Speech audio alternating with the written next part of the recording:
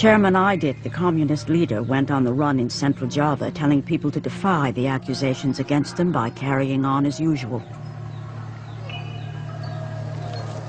It was advice that would prove fatal for many.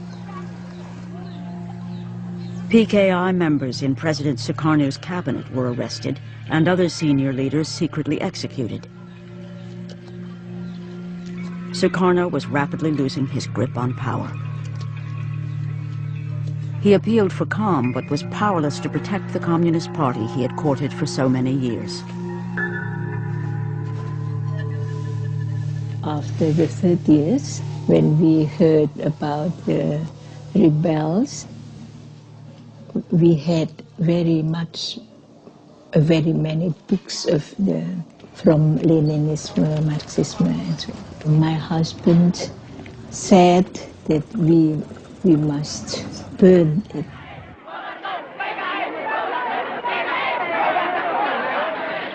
Mobs of students hit the streets in protest against the PKI. The army supplied them with lists of targets to be attacked. The Communist Party headquarters was the first to be destroyed. As time went on, we saw that the anti-Sukarno factions of students gained in strength and importance, and of course they were manipulated and steered by the army. I often saw army officers talking with or conferring with students, letting them know how far they could go that day.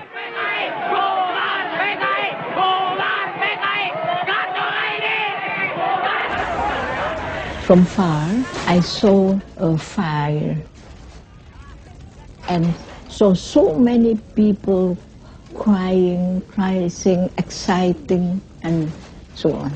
And I said to my driver, "Oh, stop, saying, you must, we should drive on." Dr. Sumiasi was coming home from work when she saw her house in flames. Did you ever go back to your house, or was that the last? Oh, no, not anymore to my house. It's already destroyed by the 2 or 3 trucks hired by group of Suharto. Dr. Sumiasi and her husband left their 3 children with relatives and fled.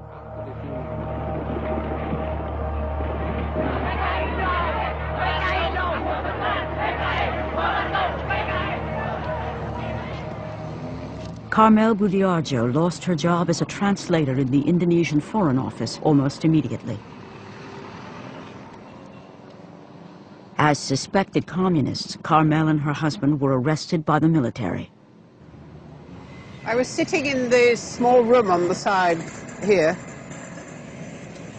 and the soldiers came in and they asked for me. That's where I was arrested, in the front room.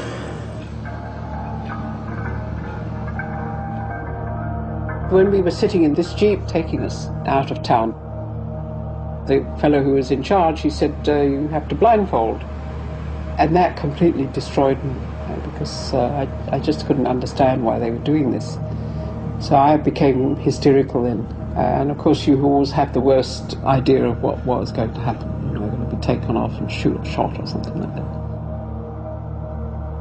She was to spend 4 years as a political prisoner.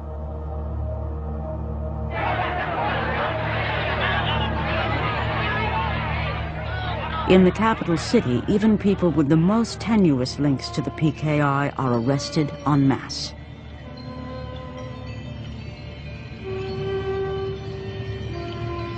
With the names of party members being given under torture, the net gets wider and wider. Dr. Sumiasi and her husband are caught on the run. When Suroso called me for an interrogation, and he is very, very cruel, he said, "Are you a member of the PKI? Oh no. Are you doctor of the CC?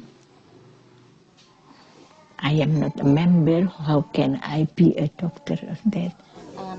As the wife of a party member, she was threatened with electric shock torture when she would not cooperate. Oh, my heart beat it so hard, maybe that somebody can hear how hard it was. Then I blew him on his stomach. Hey, Pak Tenang, don't do it, Pak. Don't do it. Please don't do it. Well, why? I am electrophile.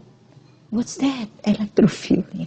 Electrophile, I can die when you give me. Oh, it's very, very low. Although it's low, how low it is, I can die. And when I am dead, my spirit will strangle you. With his balancing policy in ruins and under pressure from the military, President Sukarno appoints General Suharto as the new head of the army. I, President, Supreme Commander of the Armed Forces of the Republic of Indonesia, appoint Major General Suharto. I appoint him as Minister, Commander of the Army. Now in official control of the army, General Suharto plans the systematic destruction of the Communist Party. He immediately dispatches his para-commando troops to central Java. Here they purge any army officers sympathetic to the PKI. The army then turns its attention to alleged communist sympathizers all over Indonesia. As long as there is still one communist in Indonesia, I think we still have military operations against this one person. Well, Suharto gave the orders to clean up everything, to every commander who was under his organization. So this is what I did. I ordered all my people to send patrols out and captured everybody in the PKI post.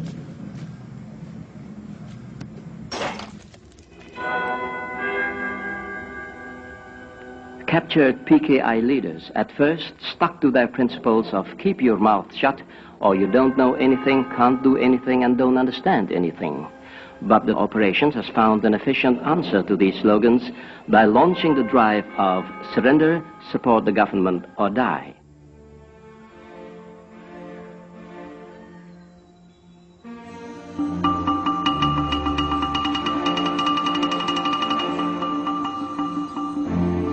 The district of Prambanan, known for its 1,000-year-old Hindu temple, was one of the first to feel the wrath of Suharto's ideological cleansing campaign. The army swept through Java, looking for communists, stirring people up, and they came upon many peasants, and the soldiers would say, you're PKI, you're a communist. And the poor peasant farmer would say, what do you mean PKI? What are you talking about?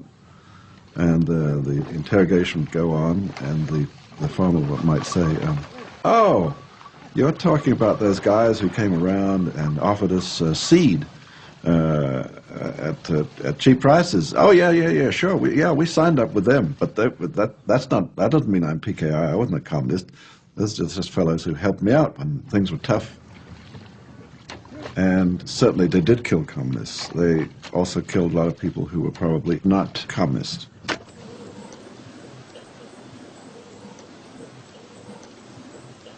Bila dipuruki kan bur yang mati kebedil wonten lepen iki. Sore gawe ruangan nek anu nggih ngubur nggih. Nek sing sederek niku nggih akeh ning kula mboten ngerti. Wong giliran kok lesawengi. Nek sing klaten wong edan, nek sing Prambanan wong kulon.